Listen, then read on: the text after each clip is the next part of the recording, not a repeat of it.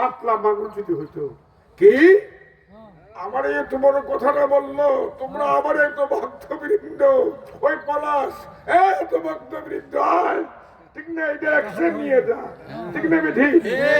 ঠিক ডিঙ্গি নৌকা কিন্তু খুব বেশি বেশি ইয়ে করে, কি করে দেউ পারে মানে বেশি লাফালাফি করে, ঠিক না? পুঁটি মাছ কিন্তু দেখবেন এমন লাফালাফি শুরু করে না, আল্লাহ পুঁটি মাছ মনে করে এই খালে বুঝি আমার জন্য সাগর মহাসাগর, নাকি বলি? আহা, দাদু মনে রাখবেন, যার মর্যাদা যত বড় তার হিসাব তত বড়, যার মর্যাদা যত বেশি তার স্থায়িত্ব তত বেশি, তার ওজনও তত বেশি। এগুলো জানার দরকার আছে। দাদু এমন সময় আব্বাজান ইব্রাহিম আলাইহিস সালাম দয়াল নবীজিকে বলতেছে, ইয়া রাসূলুল্লাহ, ওহি নবী আখিরিজ জামান, আপনার উম্মতদেরকে বলবেন আপনার উম্মতেরা যেন বিহিষ্টির মাটিতে চারা গাছ রোপণ করে।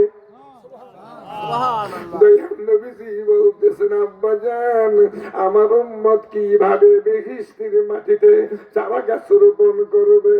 আব্বাজান ইব্রাহিম আলাইহিস সালাম উত্তরে বলতেছেন, আপনার উম্মত যেন পাঠ করে লা হাওলা ওয়ালা কুওয়াতা ইল্লা বিল্লাহ, বলুন লা হাওলা ওয়ালা কুওয়াতা ইল্লা বিল্লাহ, লা হাওলা ওয়ালা কুওয়াতা ইল্লা বিল্লাহ আল আলিয়ুল আযীম। হযরতে আবু আইয়ুব আনসারী রাদিয়াল্লাহু তাআলা আনহু থেকে যে হাদিস বর্ণিত, এটার মধ্যে নবীজি ঘোষণা দিয়েছেন লা হাওলা ওয়ালা কুওয়াতা ইল্লা বিল্লাহ। আর হযরতে উসমান গনি রাদিয়াল্লাহু তাআলা আনহু থেকে যে হাদিস বর্ণিত, এটার মধ্যে নবীজি ঘোষণা দিয়েছেন লা হাওলা ওয়ালা কুওয়াতা ইল্লা বিল্লাহ আল আলিয়ুল আযীম। আল্লাহু আকবার। দাদু গভীর মনোযোগ, আপনার আমার জীবনে এই সুলতানপুরের জমিনে, রাজবাড়ির জমিনে, ফরিদপুরের জমিনে, বাংলাদেশের এঁটেল মাটি, পলি মাটি, বেলে মাটির মধ্যে যদি কোনো ব্যক্তি একটা গাছ রোপণ করতে পারে, যেমন একটা বট গাছ যদি রোপণ করতে পারে, 50-100 বছর 200 বছর পরে দাদু গাছটা কত বড় হবে? আওয়াজ করে বলুন, কত বড়?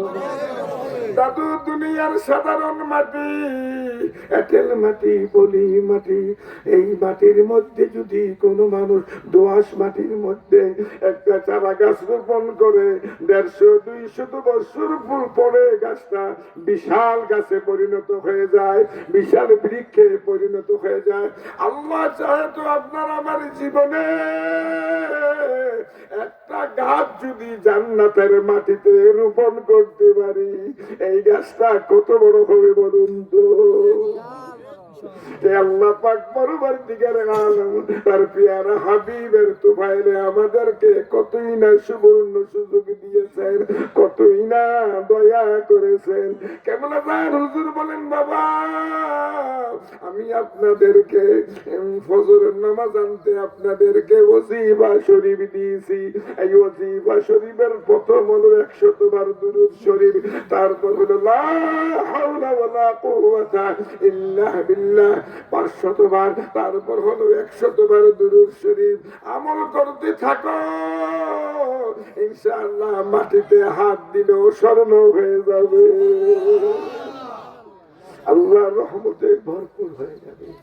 আফসোস, আমরা কেবল আজান হুজুরের কথাকে বা অনেক ওলিয়া ওলিয়াদের কথাকে যথার্থভাবে মূল্যায়ন করতে পারি না, বাস্তবে রূপ দিতে পারি না, ঠিক না বেঠি? বাস্তবে রূপ দিতে পারি না। দাদু ওই ব্যক্তি সৌভাগ্যবান যেই ব্যক্তি বাস্তবে রূপ দিতে পারে, ঠিক না বেঠি? মনে থাকবে দাদু পীরের দরবারে আসা যাওয়া করি, কেবল আজান বলতেন, বাবা পীর তো মাকসুদ না, মাকসুদ হলো আল্লাহ ও আল্লাহ রাসূল সাল্লাল্লাহু তাআলা আলাইহি ওয়াসাল্লামের সন্তুষ্টি অর্জন করা। ঠিক না বেটি? তিনটা বলে যান নিজকে নিজে কোনোদিন এই যে পীর সাহেব বলে জগৎ বিখ্যাত পীর সাহেব বলে বিশ্ব বলি বলে বলছেন হুজুর কেবল আজম কি বলতেন, বাবা আমি এই দরবারের একজন খাদেম মাত্র, আপনার দাদা পীর দস্তগীর রাহমাতুল্লাহর হুকুমে আমি হুকুম পালন করতেছি। এই দরবারের মূল মালিক হলেন আমার আল্লাহ, আর এই দরবারের বন্টনকারী হল দয়াল নবী। বাবা এমন একদিন আসবে দেখবেন আমি এই দরবারটাকে আল্লাহর ওয়াস্তে যাকে ট্রাস্টের নামে আমি ওয়াকফ করে দিয়ে যাব। এগুলো কিন্তু এখনকার জমানার বাণী না, সেই 81, 82, 83 সেই জমানার বাণী। তোমরা বলতে পারবো না জন্ম হয় না। কেবলা জান হুজুরের এই যে সহবতে কিছু সময় দেওয়া তৌফিক আল্লাহ পাক দয়া করে দিয়েছিলেন। আমার কেবলা জান হুজুরের মধ্যে জীবনে একটা বিশেষ গুণ দেখেছি, কোনোদিন কারোর বিরুদ্ধে গীবত করতেন না। ঠিক না বেটি? ঢাকাতে 96 সালে কেবলা জান হুজুর যখন গেলেন তখন ঢাকাতে তো কিছু প্রভাবশালী জমিদার বা এই ধরনের অনেক অসংখ্য মুরিদান কেবলা জান আছে, লক্ষ লক্ষ মুরিদান, হিসাব করে কুল করা যাবে না। আল্লাহু আকবার বলেন।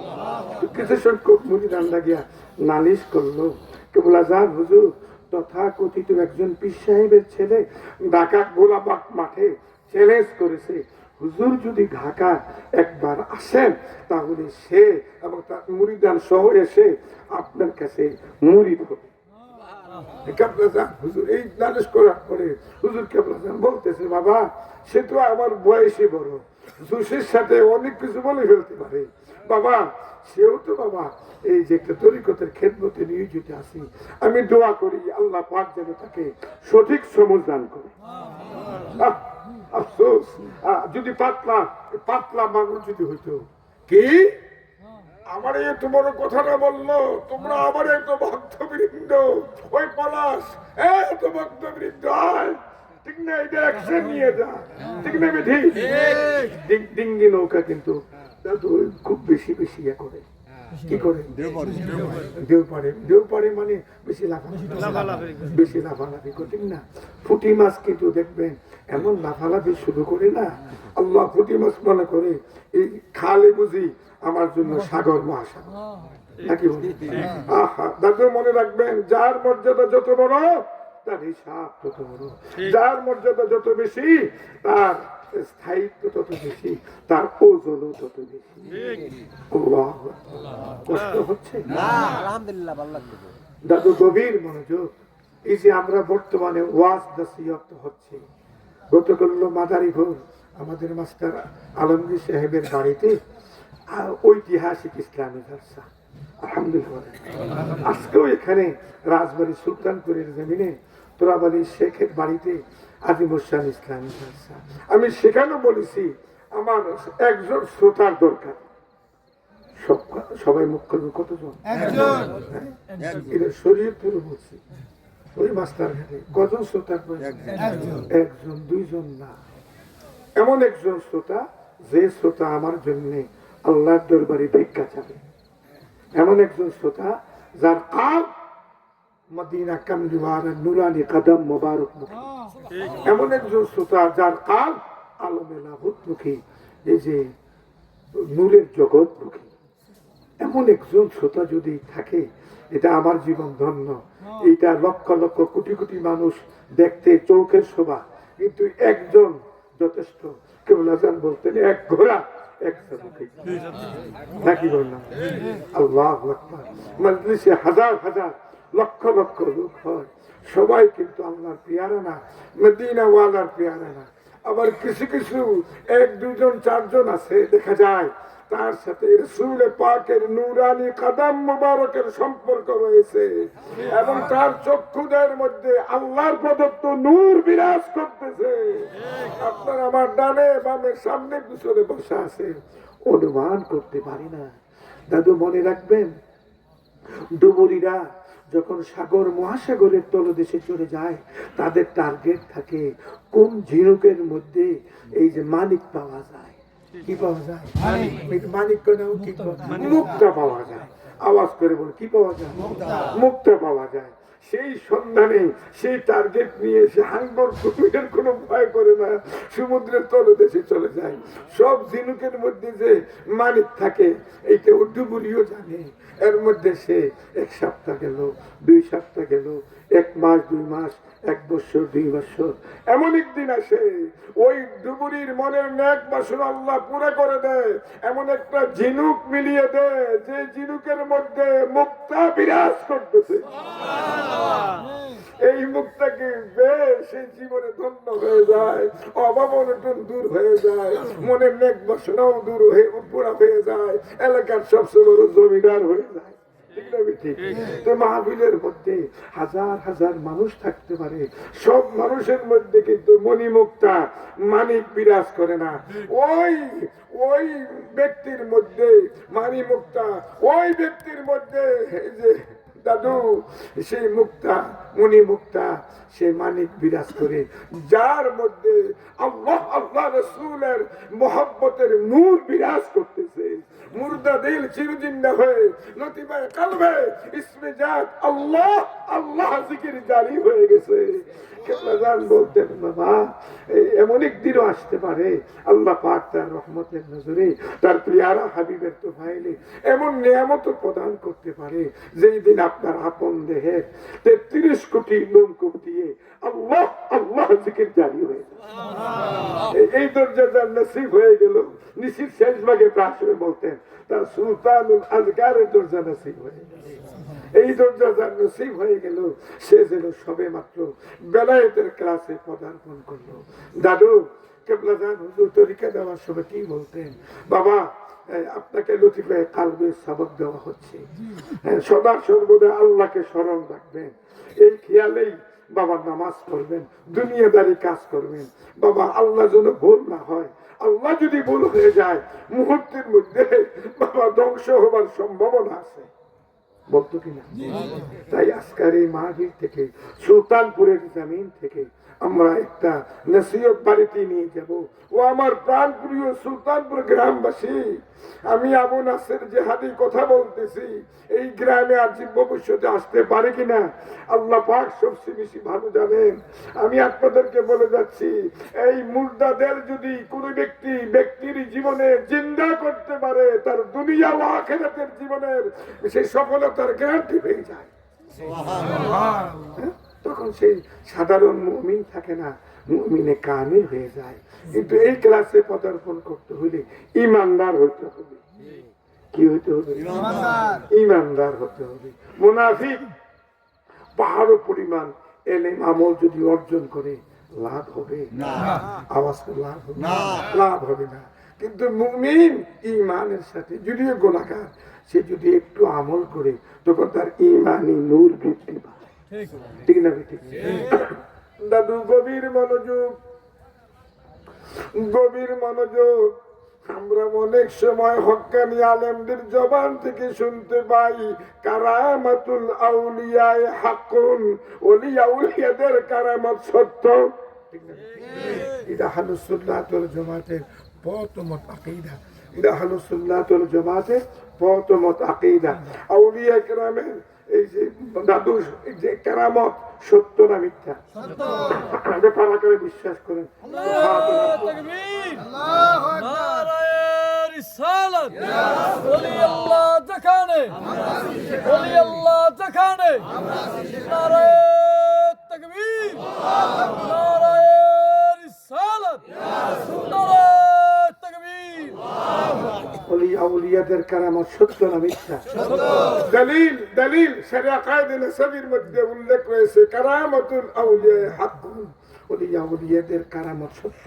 ওলি আউলিয়াদের পক্ষ থেকে যে সমস্ত আশ্চর্য ঘটনাবলী প্রকাশ পায় এগুলোকে বলা হয় কারামত।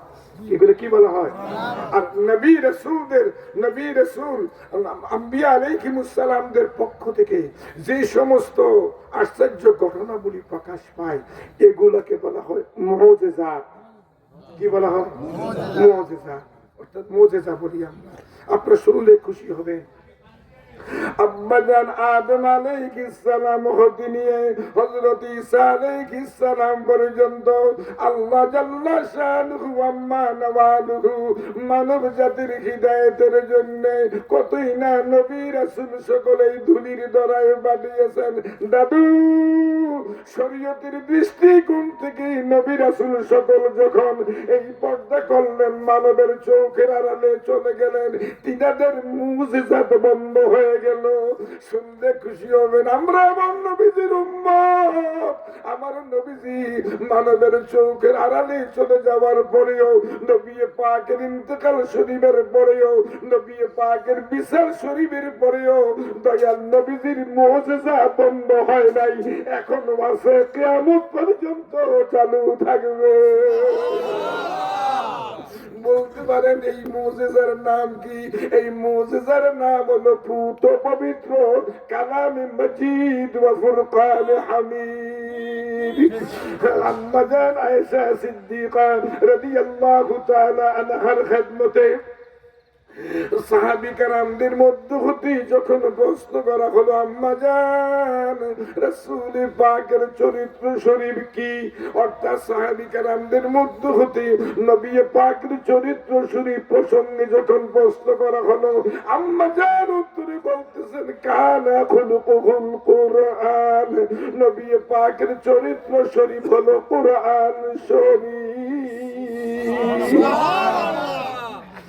আমরা কেমন নবীজির উম্মত গো! এমন দয়াল নবীজি কি আপনার আমার মতো সাধারণ মানুষ? ওয়াহাবিদের সাথে আমাদের আকীদাগত দ্বন্দ্ব কোথায়? ওয়াহাবিদের গুরু ঠাকুর শয়তানের সিং এই মুহাম্মদ ইবনে আব্দুল ওয়াহাব নাজদি তার কিতাবে লিখছে, রাসূলুল্লাহ ইন্তেকালের পরে মাটির সাথে মিলে মিশে গেছে। আপনারা কি মুর্দা নবীর উম্মত না জিন্দা নবীর উম্মত? কারা কারা জিন্দা নবীর উম্মত হাত উঠাও।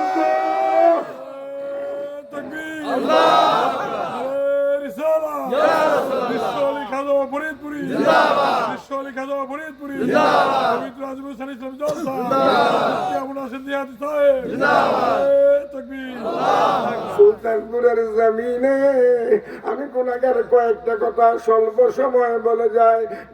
যারা মাযহাব মানে তাদের সাথে আমরা একমত, ঠিক না?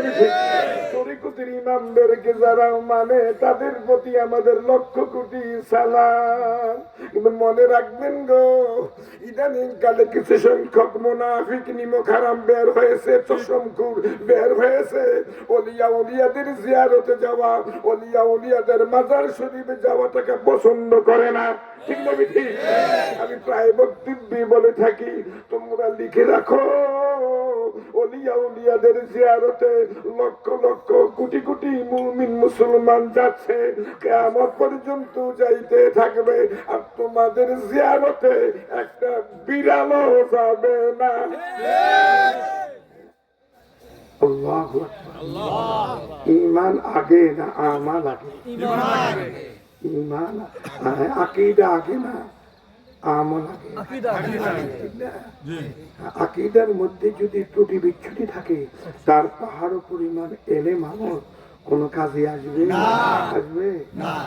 ওই মুনাফিকের দল রাসূলুল্লাহর মজলিসও ছিল, মদিনা শরীফের আশেপাশে গ্রামে বসবাস করত, রাসূলুল্লাহর মজলিসও ছিল। ওই তাদের উত্তরসূরিরা পূর্বও ছিল, এখনো আছে, কিয়ামত পর্যন্ত আপনাদের আমাদের মাঝে থাকবে, ঠিক না? ঠিক। দুরূদ শরীফ পড়ে, আল্লাহুম্মা সাল্লি আলা মাওলানা মুহাম্মদ।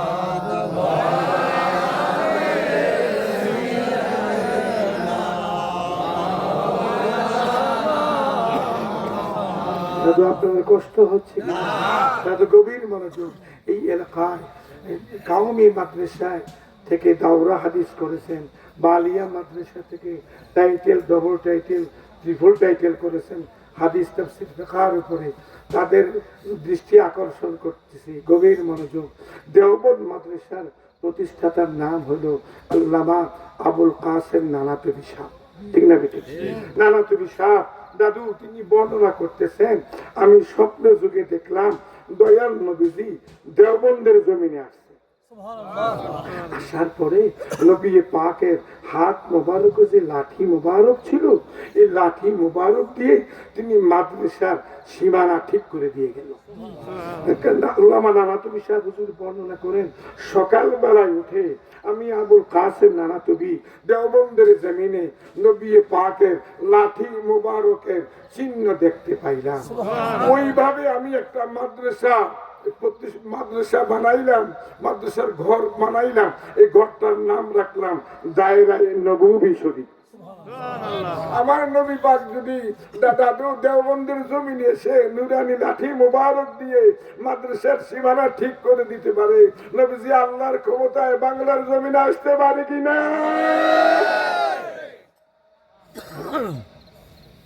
চন্দ্রের আলো, সূর্যের আলো, ঠিক না ঠিক? আরে চন্দ্র গ্রহ বা উপগ্রহ, চন্দ্র না সূর্য গ্রহ বা উপগ্রহ, বা সূর্য গ্রহ বা উপগ্রহ, চন্দ্র, এই যে আলো পাচ্ছি, এই যে চন্দ্র সূর্যের নবীও তো আমার দয়াল নবী। এই চন্দ্র সূর্যকে 3 কোটি বার খেয়ে হজম করতে পারবে বৈজ্ঞানিকদের অভিমত। এমন অসংখ্য তারকা রাশি সমূহ রয়েছে যেগুলোর আলো এখনো পৃথিবীতে এসে পৌঁছে নাই, সেগুলোর নবীও তো আমার দয়াল নবী। নবীজি ঘোষণা দিচ্ছেন, ওয়াল খালকু কুল্লুকুম মিন নূরি, আল্লাহ পাকের সমগ্র সৃষ্টি জগৎটা আমার রাসূলুল্লাহর নূর দ্বারা সৃষ্টি। সূর্যের আলোর এই যে গতির, এই যে পাওয়ার বেশি, ক্ষমতা বেশি না, যাদের চক্ষুদয়ের মধ্যে আল্লাহ নূর বিরাজ করতেছে, রাসূলুল্লাহর মুহাব্বতের নূর কালবে বিরাজ করতেছে, আল্লাহু আকবার, তাহলে এই নূরের ক্ষমতা বেশি, আল্লাহর নূরের ক্ষমতা বেশি না সূর্যের আলোর ক্ষমতা? আল্লাহ খাজা হুজুর, খাজা মুঈনুদ্দিন চিশতি আজমেরি সেঞ্জারি রাহমাহুল্লাহ, আল্লাহু আকবার, পিতৃকুল আওলাদে রাসূল সাল্লাল্লাহু তাআলা আলাইহি ওয়াসাল্লাম ছিলেন, মাতৃকুল আওলাদে রাসূল সাল্লাল্লাহু তাআলা আলাইহি ওয়াসাল্লাম ছিলেন। আল্লাহু আকবার। তিনি তো আল্লাহ পাকের হুকুমে মদিনা কামলিওয়ালার ইশারায় আপন পীর ও মুর্শিদের হুকুমে তিনি এই মুলকে হিন্দে আসছেন। তিনার পীর ও মুর্শিদের নাম কি? খাজা উসমান হারুনি। সুবহানাল্লাহ। তো আসার পরে না, তো আসার পরে দেখলো এই মুলকে হিন্দে উপমহাদেশে যে পাওয়ারফুল রাজা এখানে বিরাজ করতেছে, যারা প্রত্যেকটা মুহূর্তে শিরকে মশগুল, শিরকে লিপ্ত, এই যে শরীয়ত বিরোধী কর্মে লিপ্ত, আল্লাহ জুলুম চলতেছে, নাউজুবিল্লাহ বলেন না। মানে এক কথা কি, ইসলামের ইও নাই, ঈমান বলতে মানুষ কিছুই বুঝে না। তারপর খাজা হুজুর আল্লাহু আকবার আস্তে আস্তে এই কালামার দাওয়াত দেওয়া শুরু করলো, ঈমানের দাওয়াত দেওয়া শুরু করলো। খাজা হুজুরের এই যে সঙ্গীদের সংখ্যা খুবই কম, সুবহানাল্লাহ। আর টাকা পয়সার সংখ্যার পরিমাণ কেমন? খুবই না, খুবই কম। খাজা হুজুরের খুবই কম। রাজা পৃথ্বীরাজ, তো পৃথ্বীরাজ একদিন তার সঙ্গীদের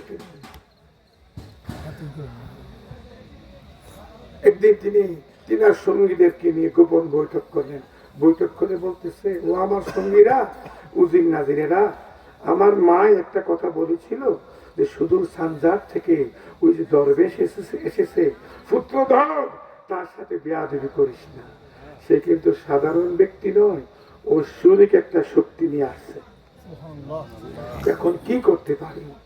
এখন দিন দিন তার ভক্তবৃন্দের সংখ্যা বৃদ্ধি পাচ্ছে, তার অবস্থার পরিবর্তন হচ্ছে, আমি দুর্বল হয়ে যাচ্ছি, আর কি করতে পারি?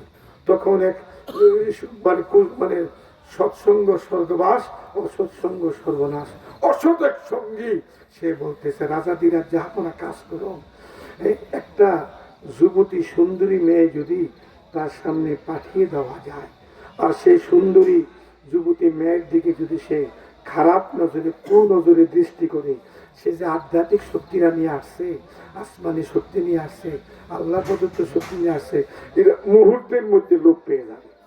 কোথায় তো ভালো যুক্তি দিয়েছ। এখন কার মেয়ে সবচেয়ে বেশি সুন্দর? জরিপ করে দেখা গেল রাজা দিরাজ, যে আপনার রাজা দিরাজ যিনি পিতৃরাজ, তার মেয়ে সবচেয়ে বেশি সুন্দরী। শেষ পর্যন্ত জরিপে গিয়ে মেয়ে সুন্দরী সাব্যস্ত হলো। তো যারা অসৎ হয়ে যায়, যারা পথভ্রষ্ট হয়ে যায়, তাদের লাভ লজ্জা কিছু থাকে না, ঠিক না? বাড়িতে গেছে, বাড়িতে গিয়ে বলতেছে, ওই আমার প্রিয়তমা কন্যা, ওই আমার প্রিয়তমা মেয়ে, ওই যে সানজার থেকে একজন ফকির আসছে, মানুষকে পথভ্রষ্ট করতেছে, আমাদের বাপ দাদার ধর্ম থেকে বিচ্ছিন্ন করতেছে, সত্য ইসলামের কথা বলে তার ভক্তবৃন্দ বানাচ্ছে, মুমিন মুসলমান বানাচ্ছে, তুমি তাকে কিছু সময় দিবা, তুমি সাজসজ্জা হয়ে যাবে। ঠিক আছে আব্বাজান, রাজার মেয়ে তো যদিও বিধর্মী হয়, এখন বাপের কথা অনুসারে সকালবেলায় সাজসজ্জা হয়ে না খাজা হুজুরের সামনে গেল। যাওয়ার পরে রাজার মেয়ে গিয়ে দেখতেছেন খাজা হুজুর তিনি কোরআন শরীফের তেলাওয়াতে মশগুল। কোরআন শরীফের তেলাওয়াতে, কোরআন শরীফ তেলাওয়াত করতেছে, সুবহানাল্লাহ, কোরআন শরীফ তেলাওয়াত করতেছে। রাজার মেয়ে তো, এরা আবার অধিক পরিশ্রম করা বা এক জায়গায় ওই ঘোরাফেরা করা, এরা তাদের স্বভাবে নাই, ঠিক না? রক্তেরও একটা ভাব আছে না, অনেকক্ষণ পায়চারি করার পর বিরক্ত হয়ে চলে আসবে। এমন সময় খাজা হুজুরের কাছে তো আল্লাহর প্রদত্ত এক শক্তি রয়েছে, রাডার রয়েছে, যে রাডারের সংযুক্ত মদিনা কামলিওয়ালার নুরানি কদম মুবারকের সাথে। তিনি তো দেখতেছে মেয়ের অবস্থা, চলে আসবে, সিদ্ধান্ত যখন নিল খাজা হুজুর কালামে পাকের তেলাওয়াতটা তিনি কি আপাতত একটু বন্ধ করে রাজার আর পিতৃরাজের চেহারা, এই যে মেয়ের চেহারার দিকে তাকাইলো। চেহারার দিকে তাকানোর সাথে সাথে মেয়ে পড়া শুরু করলো, লা ইলাহা ইল্লাল্লাহু মুহাম্মাদুর রাসূলুল্লাহ সাল্লাল্লাহু তাআলা আলাইহি ওয়াসাল্লাম, আশহাদু আল লা ইলাহা ইল্লাল্লাহু ওয়াহদাহু লা শারীকা লাহু ওয়া আশহাদু আন্না মুহাম্মাদান আবদুহু ওয়া রাসূলুহু। শুধু তাই নয়, দেওবন্দের একজন বড় একজন শাইখুল হাদিস, ব্রাহ্মণবাড়িয়ার বড় হুজুর, তিনি কিতাবের মধ্যে লিখছে। শুধু তাই নয়, সাথে সাথে রাজা পিতৃরাজের ওই কন্যা কোরআন শরীফের 30 পারার হাফেজা হয়ে গেছে। আল্লাহু আকবার বলেন। অনেকে কারামত বিশ্বাস করে না, কারামত শুনলে চেহারা কালো করো, ঠিক না? আবার এই দিক দিয়ে দেওবন্দের অনেকে আছে মাফ করে পরিচয় দেয়, আবার কাওমি লাইনের পরিচয় দেয়, আবার অনেকে আলিয়া লাইনের পরিচয় দেয়। ফেরকায়ে বাতিলা আলিয়াতেও আছে, ওই কাওমি লাইনও আছে। এই খারিজি ওয়াহাবি শিয়া এদিক আছে না, এদিক চতুর্দিকে ছড়িয়ে পড়ছে, ঠিক না? ঠিক। তো দাদু, এই যে পাওয়ার, এই যে তিনি নজর করলেন, এটা আল্লাহর প্রদত্ত নূর তিনার চোখের মধ্যে বিরাজ করতেছে। সুবহানাল্লাহ, নবীজি ঘোষণা দিচ্ছেন, ইত্তাকু ফিরাসাতাল মুমিন ফাইন্নাহু ইয়ানজুরু বিনূরিল্লাহ। দলিল দলিল, তোমরা মুমিনের দূরদর্শিতাকে ভয় করো, হ্যাঁ, সুতরাং সে আল্লাহর নূর দিয়ে দেখে। শুধু তাই নয়, আল্লাহর ওলি সকল আরশে পাক পর্যন্ত দেখতে পায়, লাউহে মাহফুজ পর্যন্ত দেখতে পায়। একজন পাগল মানুষ আশিকে রাসূল মুমিন দাদু, সে যাকে পায় তাকে বলতেছে, দাদু আমাকে এমন মজলিসে বসিয়ে দাও না, আমি এই যে আমাকে আল্লাহর মজলিসে বসিয়ে দাও। এই তো পাগল মানুষ, সে যাকে পায় তাকে বলতেছে আমাকে আল্লাহর মজলিসে বসিয়ে দাও, আল্লাহর মজলিসে বসিয়ে দাও। তখন এক লোক বলতেছে, আমি আল্লাহর মজলিস পাবো কোথায়? আর আল্লাহর মজলিস আরেকজন জ্ঞানী গুলি বলতেছে, गर तू खाही हमने सीनी बाखुदा, गर तू खाही हमने सीनी बाखुदा, गुना सीनी दर हुजूरे আউলিয়া। তুমি যদি আল্লাহর মজলিসে বসতে চাও, তুমি যদি আল্লাহ পাকের কাছে বসতে চাও, তাহলে বলি আল্লাহর মজলিসে বসে যাও। দাদু, পরশ পাথরের চেয়েও কোটি কোটি গুণ বেশি ক্ষমতা সম্পন্ন ওলি আল্লাহদের কাল, ঠিক না?